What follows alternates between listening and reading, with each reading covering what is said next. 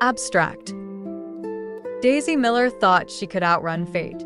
After a passionate one-night stand with the enigmatic billionaire Sebastian Sterling leaves her with a broken heart and a miracle pregnancy she never thought possible, she decides to flee. But Sebastian isn't just a powerful CEO, he is a primal alpha who claims what is his. Captured and whisked away to a private island paradise that feels more like a prison, Daisy must navigate a world of shifting wolves, jealous rivals, and a burning attraction that defies logic. She strikes a deal for her freedom, but as danger lurks in the shadows of Eden, she realizes that escaping Sebastian might be the easy part. Surviving his world is another matter entirely. The plan was perfect in its simplicity, or so Daisy Miller had desperately tried to convince herself as she adjusted the oversized sunglasses that were currently sliding down her nose. Seattle-Tacoma International Airport was a chaotic hive of activity, a swirling river of humanity that offered the perfect cover for a woman trying to disappear. She checked the departure board for the 10th time in as many minutes. The flight to Vancouver was boarding in 20 minutes. Just a short hop across the border, and she would be free.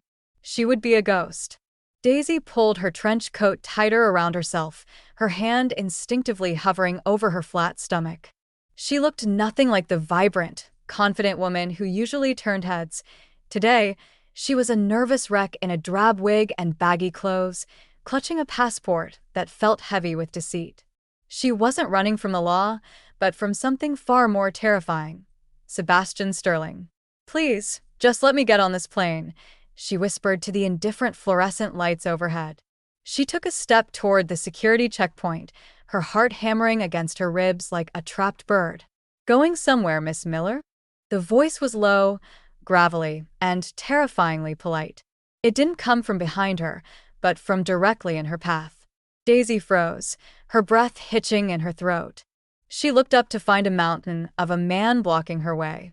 He was wearing an immaculate black suit that did little to hide the sheer density of the muscle beneath it. I think you have the wrong person," Daisy stammered, attempting to sidestep him. The man didn't budge. He merely tilted his head, offering a smile that didn't reach his cold, calculating eyes. "I never make mistakes, Daisy." Mr. Sterling was quite specific. He told me to look for the woman trying very hard to look like anyone but herself. "Baxter," she breathed, recognizing the head of Sebastian's security detail.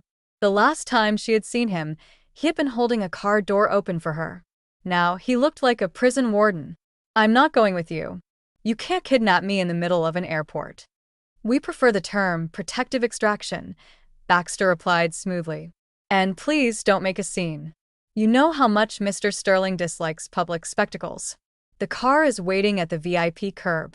Daisy opened her mouth to scream, to alert the TSA agents standing 50 feet away, but Baxter moved with a speed that defied his size. He was at her side in a blink, his hand gripping her elbow with a firmness that was painful yet careful. "Think of the baby, Miss Miller," he murmured near her ear. The words acted like a sedative. She went rigid. He knew. Of course he knew. If Baxter knew, Sebastian knew. The fight drained out of her legs. "I hate him," she hissed, though she let Baxter steer her away from the security line, away from Vancouver, and away from her freedom. "I'm sure you can tell him that yourself in about 40 minutes, Baxter replied dryly. Instead of a police cruiser, she was wrestled, figuratively, though she did drag her heels, into the back of a blacked-out SUV. The ride was silent and suffocating. Daisy stared out the window as the Seattle skyline blurred past, her mind racing back to how this nightmare had started. The destination wasn't a dungeon, but it might as well have been. The Imperial Hotel. They bypassed the lobby, taking a private elevator straight to the penthouse.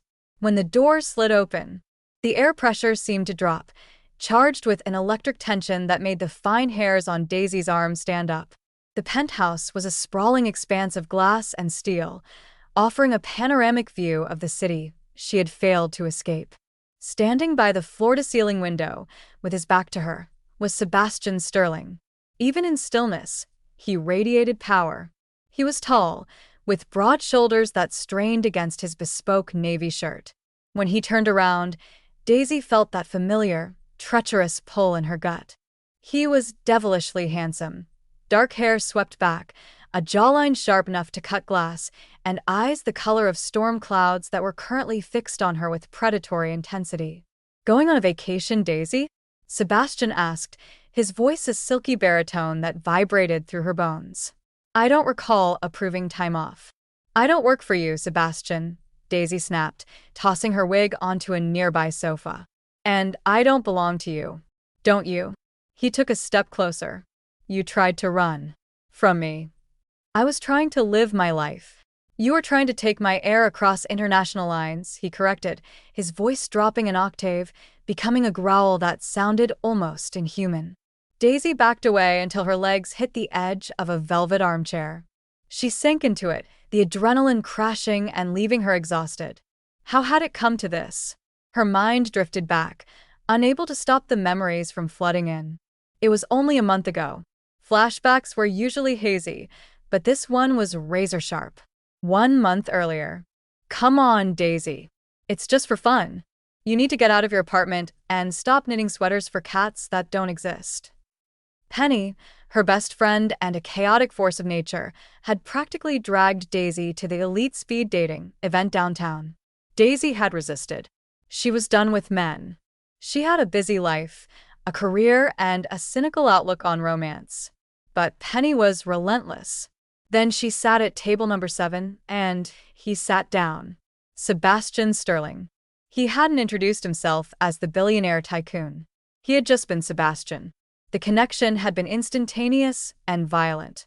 It wasn't just attraction, it was a magnetic pull that made her dizzy. He had looked at her as if she were the only source of light in the room. "I don't usually do these things," he had confessed, his eyes darkening as he took in her scent. "Neither do I," Daisy had breathless replied. "My friend made me." "Remind me to send your friend a gift basket." Daisy, naive and swept away by a biological imperative she didn't understand, had mistaken the feeling for chemistry. She didn't know about wolves, about mates, about the primal recognition locking into place in Sebastian's psyche. She just knew she wanted him. They hadn't even made it to dinner. They had gone straight to his hotel suite. The night had been a blur of passion that shattered her previous understanding of intimacy. He was demanding, insatiable, and worshipful all at once. For a few hours, Daisy felt like a queen. Then came the morning. Daisy had woken up alone in the sprawling bed. Sunlight streamed in, highlighting the empty space beside her. She had sat up, wrapping the sheet around herself, feeling a smile tug at her lips, until she saw the envelope on the nightstand. It was thick, cream-colored. Inside was a stack of cash that could pay her rent for 6 months. There was no note, just the money. The shame had washed over her like ice water. He thought she was a pro? Or worse, he was paying her for services rendered like she was some cheap fling? The magic of the night before curdled into nausea. She had dressed in record time, leaving the money untouched, and fled the hotel with tears stinging her eyes. She had vowed then and there to forget the arrogance of Sebastian Sterling.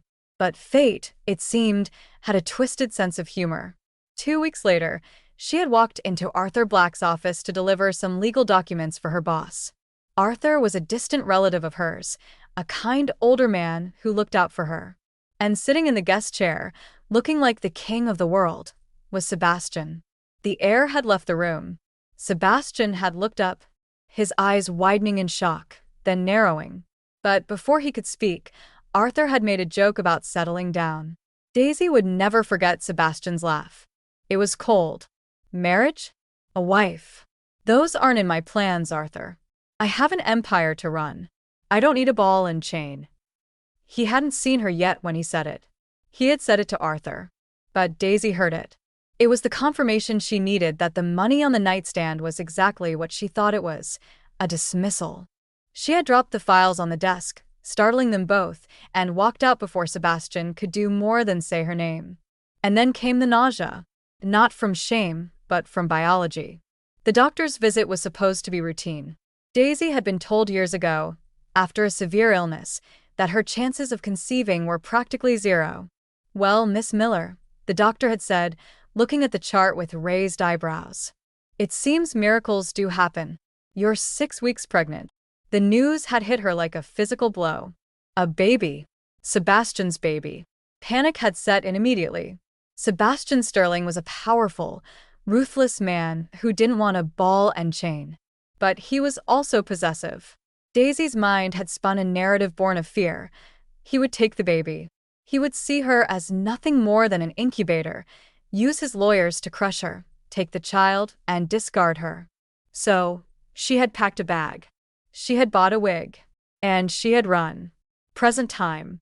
Daisy blinked, the luxury of the penthouse coming back into focus. Sebastian was standing over her now, his hands in his pockets, looking down with an expression she couldn't read. "I know why you ran," Sebastian said, his voice softer now.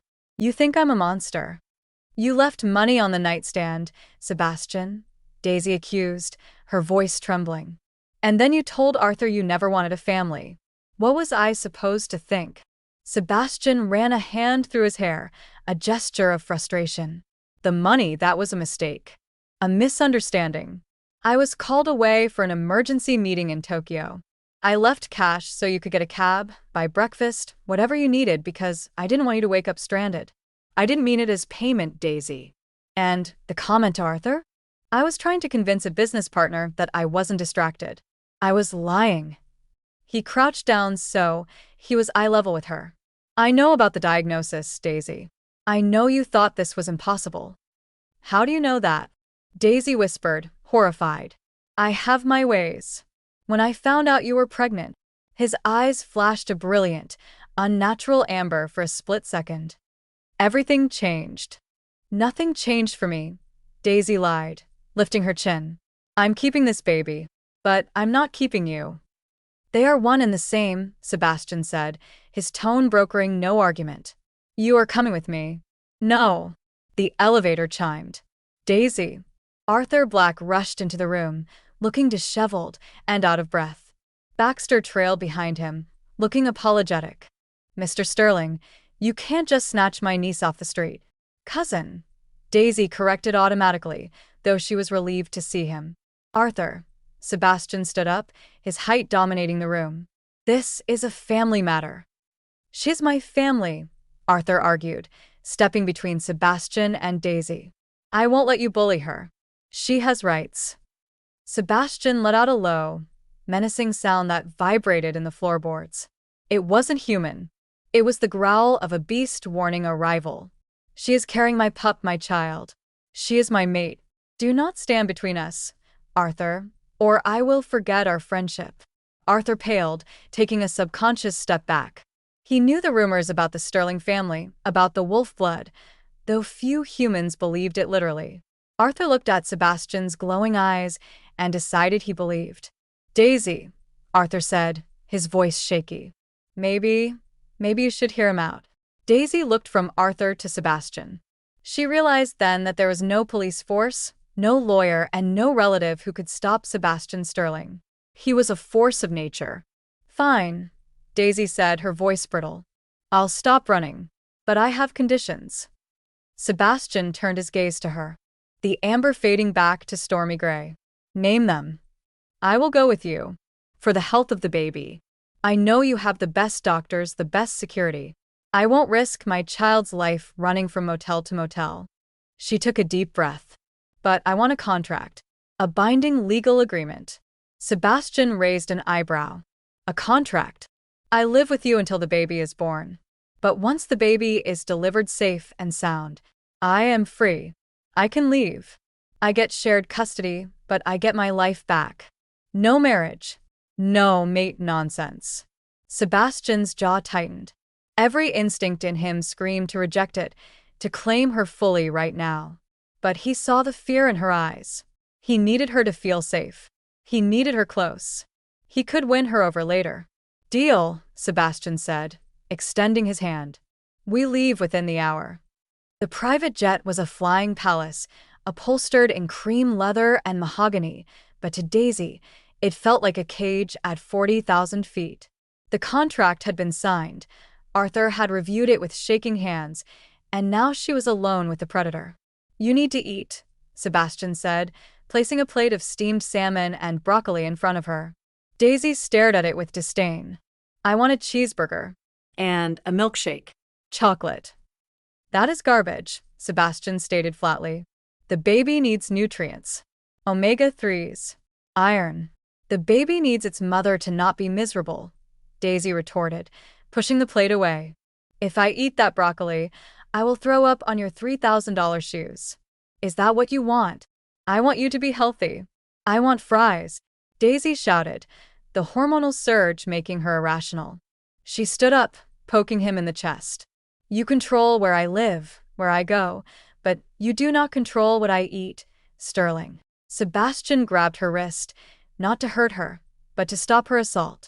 The contact sent sparks flying between them. The anger in the air shifted instantly, heavy and thick with desire. Daisy's breathing hitched. Sebastian stared down at her, his pupils dilating. You represent chaos, he murmured, pulling her closer until her body was pressed against his hard chest. Why do you have to fight me on everything?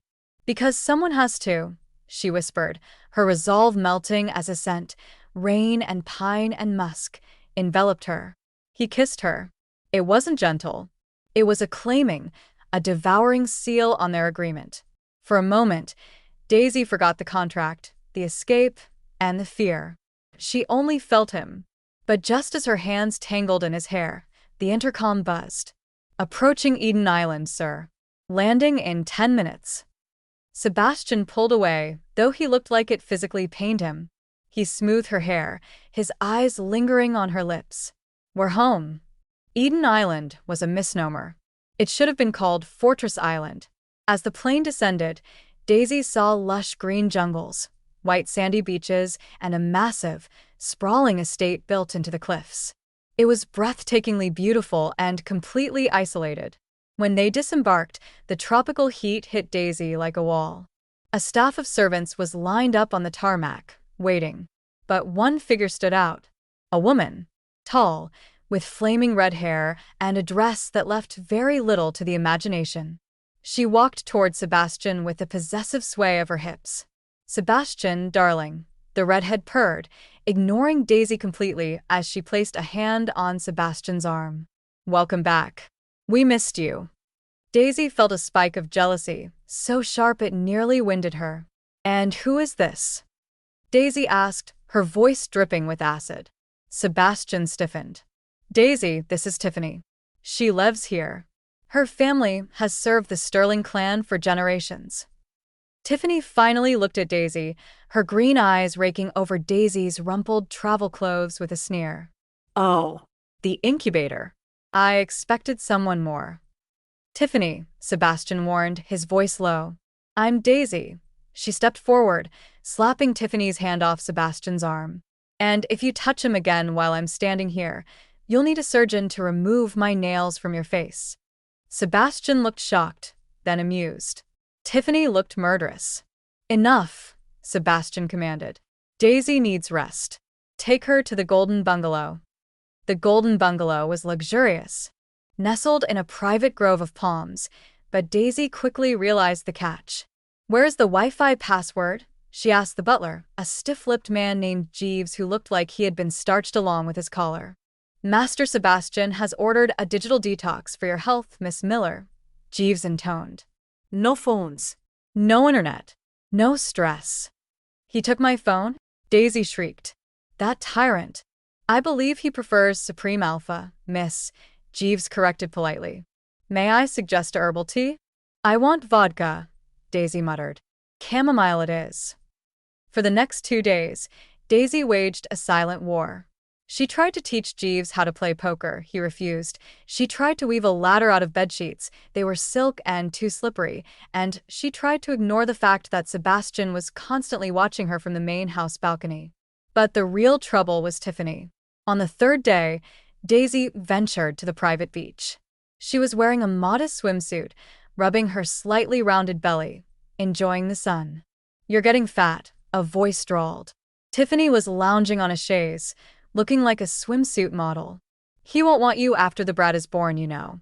Marks on your skin, sagging. Sebastian is a creature of perfection. And you're a creature of venom, Daisy shot back, lying down on the adjacent lounger. Tell me, Tiffany, if you're so perfect, why am I the one carrying his child? Seems like he skipped over the help. Tiffany's face contorted with rage. You have no idea what you're dealing with, human. This island has teeth. Watch where you sleep. Daisy dismissed it as jealousy. She shouldn't have. That night, the air in the bungalow was thick and humid. Daisy tossed and turned, dreaming of dark forests and glowing eyes. She woke with a start, feeling something heavy moving across her legs. She froze. The moonlight filtering through the blinds revealed the nightmare. Snakes. Dozens of them. Slithering over the silk sheets, coiling around the bedposts. Brightly colored, hissing, and very much alive. Daisy screamed. It was a blood-curdling sound that ripped through the silence of the island. She scrambled backward, pressing herself against the headboard as a cobra reared up near her foot. The door to the bungalow exploded inward. Splinters of wood flew everywhere. Sebastian burst in. He wasn't wearing a suit. He was in boxer briefs, his chest heaving, his eyes glowing that terrifying amber. Daisy. He didn't hesitate. He moved with a blur of speed, grabbing the snakes with his bare hands. He tossed them aside as if they were ropes, not caring about the fangs striking at his skin. He reached the bed, scooped Daisy up into his arms, and kicked the remaining reptiles off the mattress. I've got you, he growled, clutching her to his bare chest. I've got you. Daisy buried her face in his neck, sobbing, shaking uncontrollably. They were everywhere. Tiffany, she said. Sebastian carried her out of the bungalow, into the cool night air. He didn't stop until they reached the main mansion, kicking open the doors to the master suite. He laid her down on the massive bed, pulling the duvet over her. Stay here, he ordered, his voice trembling with a rage Daisy had never heard before. Check yourself for bites. I will be right back. He returned 10 minutes later. He had a shirt on now, but his hands were still shaking. Baxter was with him.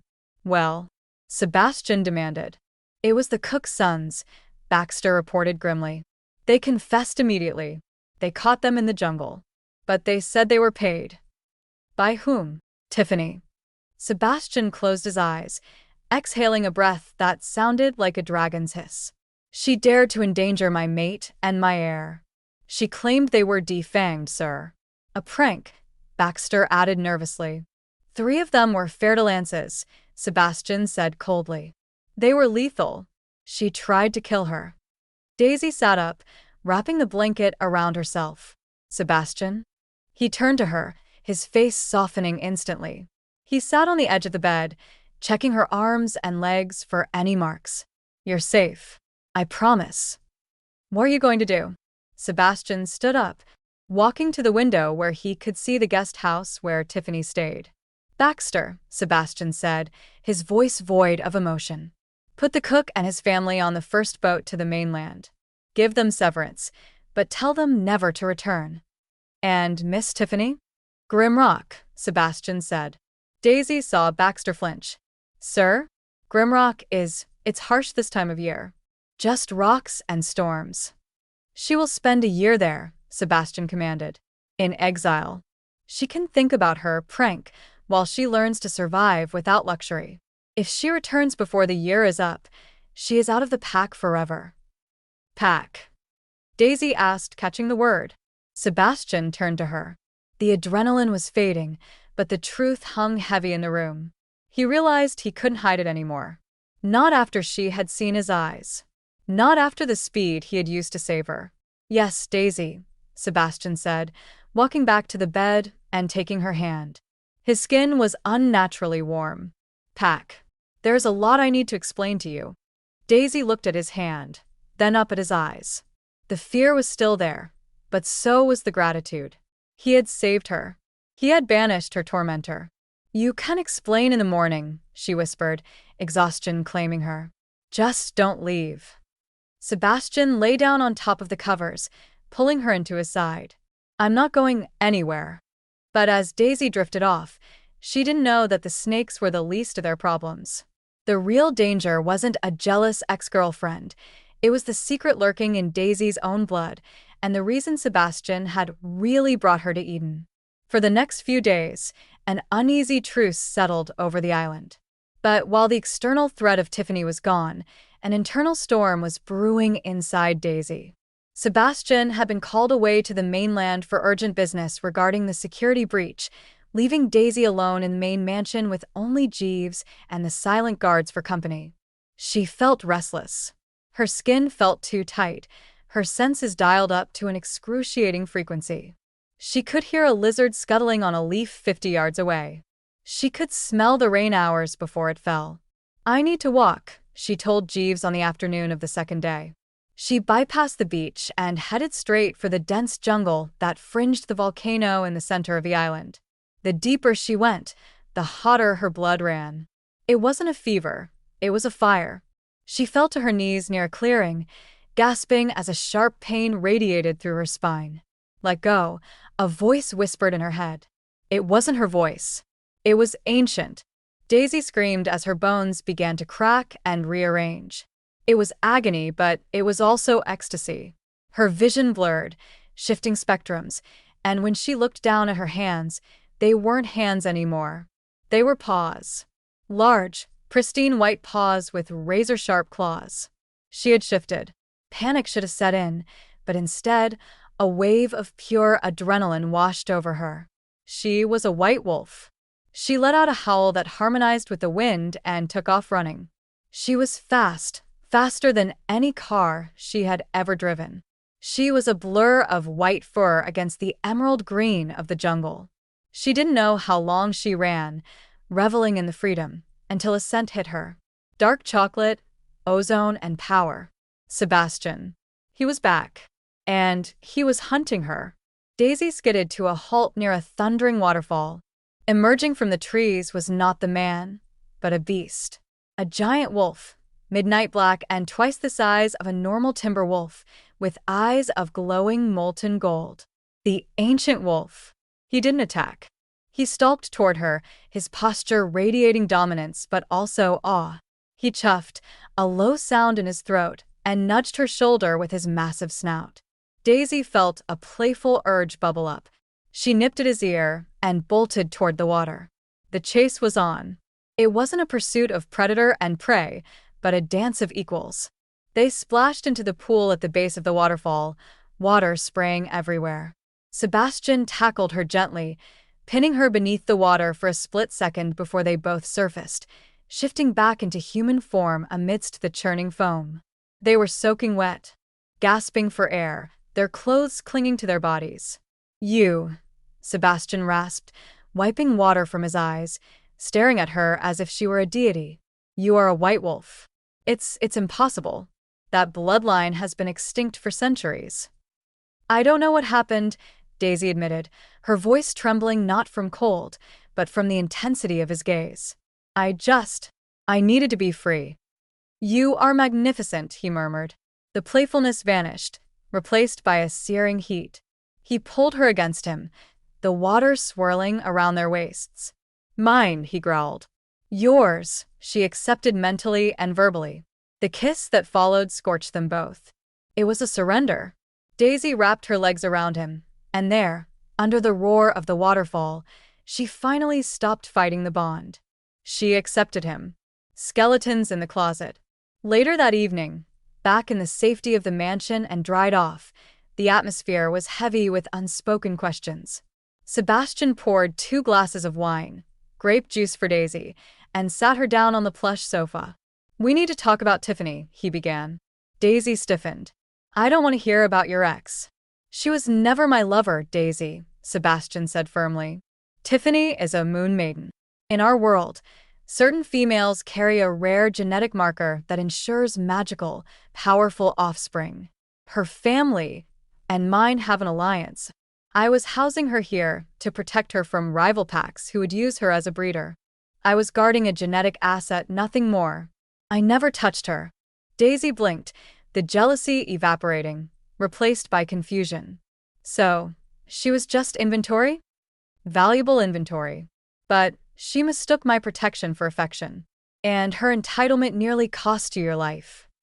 He took a sip of wine. As for me, my blood is that of the Primal Alphas. The first ones. That is why I am a target. And that is why our child will be a king or a queen among wolves. And the white wolf. Legend says the white wolf appears only to balance the primal dark. You are my balance, Daisy. Literally. Civilization and snipers. To prove his commitment to this new transparency, Sebastian did something Daisy didn't expect. He handed her back her iPhone. No more cages, he promised. Call your friend. Daisy immediately FaceTimed Penny. The connection was crystal clear. Daisy. Oh my God, are you alive? Did he eat you? Penny shrieked, her face filling the screen. I'm fine, Pen. Daisy laughed, glancing at Sebastian, who was pretending to read a tablet but was clearly listening. Actually, look at the view. She panned the camera to the ocean, then slyly turned it to Sebastian's shirtless torso as he walked past. Holy abs of steel, Penny whispered. Okay, don't come home. Stay there. Clone him if you can. The tension broke. Over the next few days, a domestic routine set in. They cooked together. They talked. Trust began to build, brick by brick. I need yarn, Daisy announced one morning. I'm stressed, and I need to knit. And not that synthetic stuff Jeeves found in the storage closet. Sebastian smiled. There is a village on the coast, Port Haven. Mrs. Hudson runs a shop there. We'll go. The trip to Port Haven was idyllic. They took a speedboat to the mainland and a town car to the sleepy seaside village. Daisy spent an hour in Mrs. Hudson's shop, selecting soft merino wool in pastel colors, while Sebastian held the basket, looking out of place but surprisingly patient. You're spoiling me, she teased as they walked out, blinking in the sunlight. I intend to do so for the rest of your life, he replied, leaning in to kiss her forehead. Crack. The sound was like a whip snapping, followed by the shattering of the shop window behind them. Sebastian moved before Daisy processed the sound. He shoved her violently to the ground, shielding her body with his own. Thud, thud, thud. Daisy felt the impacts shudder through him. He jerked with each hit, grunting in pain. Sebastian, she screamed. Stay down, he roared, blood trickling from his mouth. Security agents swarmed from the shadows, returning fire toward a rooftop 3 blocks away. Baxter was there in seconds, dragging them behind the armored SUV. Daisy looked at Sebastian's back. His shirt was shredded, soaked in crimson. Oh my God, you're dying. No, he gritted out, his eyes glowing amber. Watch. Before her horrified eyes, the bullets were pushed out of his flesh by knitting muscle. The skin stitched itself back together, leaving only faint silvery scars that faded within seconds. Wolverine has nothing on you, she whispered, hysterical laughter bubbling up. Get her in the car, Sebastian ordered, ignoring his own blood. The phantoms and the ghost of Victoria. Back on the island, the lockdown was absolute. But Sebastian could no longer hide the darkness of his world. They were phantoms, Sebastian explained, pacing the library. Mercenaries. They don't care about pack law. Someone hired them to end the primal line. Why? He stopped, pouring himself a stiff drink. Because of what happened to Victoria. Daisy held her breath. Who is she? My first love. Or so I thought. 5 years ago, we were attacked. Similar to today. I wasn't as strong then. I couldn't save her. She died, Daisy. And she was pregnant with my pup. The grief in his voice was a physical weight. I vowed never to mate again. Never to risk an heir. Until I met you. He turned to her, dropping to one knee. He took her hand, his thumbs stroking her knuckles. I failed her. But I will burn the world down before I fail you. Daisy Miller, will you accept me as your true mate? Not just because of the baby, but because you are the other half of my soul.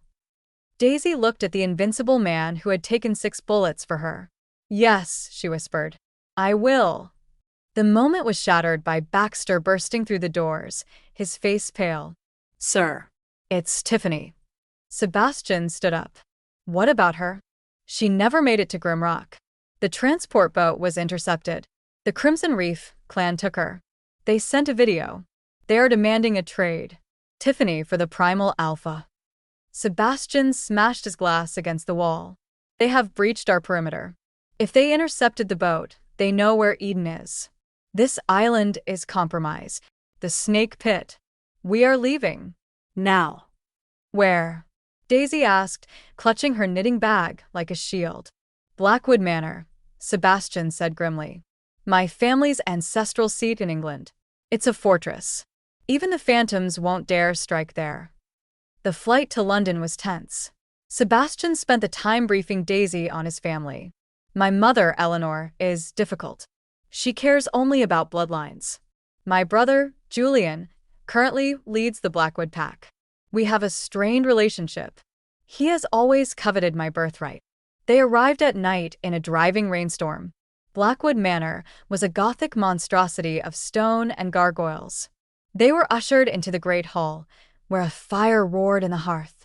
Standing there were three figures. An elegant older woman with steel-gray hair and eyes like ice, Eleanor. A man who looked like a darker, crueler version of Sebastian, Julian. And standing beside Julian, holding a glass of sherry, was a woman with blonde hair and a face Daisy had seen in photographs. Sebastian froze. He looked as if he had seen a ghost. Victoria, he breathed. The woman smiled, but it didn't reach her eyes. Hello, Sebastian. Surprise. You're dead, Sebastian choked out. I held you while you died. I got better, she drawled. Julian found me, nursed me back to health. Hidden me. Why? Sebastian roared, turning to his brother. Because I knew you'd come back eventually, Julian smirked. And I wanted to see the look on your face. The air in the room was suffocating. Daisy felt invisible and very, very small. Who is this? Eleanor asked, pointing a manicured finger at Daisy. The nanny? Sebastian snapped out of his shock. He pulled Daisy to his side, his grip bruising. This is Daisy, my true mate, and she is carrying my child. The silence that followed was deafening. Victoria's glass shattered on the floor. Eleanor looked as if she had swallowed a lemon. Julian's eyes narrowed on Daisy's stomach. Impossible, Victoria hissed. You are infertile, the doctors said. Doctors can be wrong, Sebastian spat. Daisy is the one. The deal with the devil. Later, in Julian's study, the brothers faced off. I need you to hide her, Sebastian demanded. The phantoms are hunting us. The Crimson Reef clan has Tiffany. I have to go get her back. It's my mess to clean up. But I can't take Daisy into a war zone. Julian leaned back in his leather chair. Why should I help you? You abandoned the family to play CEO in America. You left Victoria. I thought she was dead. And you let me believe it for 5 years. Details. Julian waved a hand. I will protect the girl. But not for you. I will do it for the heir. A primal nephew. That is power. And because I hate the Crimson Reef Alpha more than I hate you. Good enough, Sebastian growled. One condition, Julian said. A blood oath. She swears fealty to the Blackwood pack while she is here. Magically binding. If she tries to run, the wards will stop her. Sebastian looked at Daisy. It's the only way to ensure your safety while I'm gone. Daisy nodded, terrified but resolute. I'll do it. She cut her palm and clasped hands with Julian. Magic, cold and slimy, washed over her. She was safe, but she was also a prisoner again. The parting. The helipad was slick with rain. Sebastian checked his gear, tactical vest, weapons, knives. He looked less like a CEO and more like a god of war. I will come back for you, he promised, cupping Daisy's face. Do not trust Victoria. Do not trust my mother. Stay in the room unless Julian is with you. Come back to me, Daisy sobbed, kissing him desperately. Please. Always. He climbed into the helicopter. It ascended into the storm, disappearing toward the coast where he would meet with his ally, Alpha Marcus, to launch the assault on the archipelago. The aftermath. 3 days passed. Daisy barely ate. Eleanor spent every meal trying to poison her mind. You know he still loves Victoria, she would whisper over tea. You are just the vessel. Once the baby is born, they will be together and you will be compensated. Daisy refused to listen, but the seeds of doubt were sown. On the fourth evening, the sound of rotors cut through the air. Daisy ran to the window, her heart soaring. He's back. But the helicopter that landed wasn't Sebastian's stealth hawk. It was a government chopper, bearing the insignia of the Council of Werewolves. Daisy ran down to the hall, reaching the bottom of the stairs just as the doors opened. A woman in a sharp suit walked in. Agent Evelyn. Her face was a mask of professional sorrow. Julian stepped forward. Report. Evelyn took a deep breath. She looked at Julian, then at Daisy, who was clutching the banister so hard her knuckles were white. The assault on Crimson Reef was complicated, Evelyn said. They were waiting for them. It was a trap. Where is he? Daisy whispered. Evelyn pulled a dog tag from her pocket. It was scorched and twisted. Alpha Sebastian's helicopter was hit by a surface-to-air missile over the open ocean, Evelyn stated, her voice devoid of emotion. There were no survivors. The wreckage has been located at the bottom of the trench. Daisy's world tilted. The sound vanished. No, she gasped, backing away. He regenerates. He is primal. Not from an explosion of that magnitude, Miss Miller, Evelyn said softly. I am sorry. Sebastian Sterling is dead. As darkness overtook Daisy's vision and she collapsed to the floor, the last thing she saw was Victoria standing in the shadows, a small, twisted smile playing on her lips.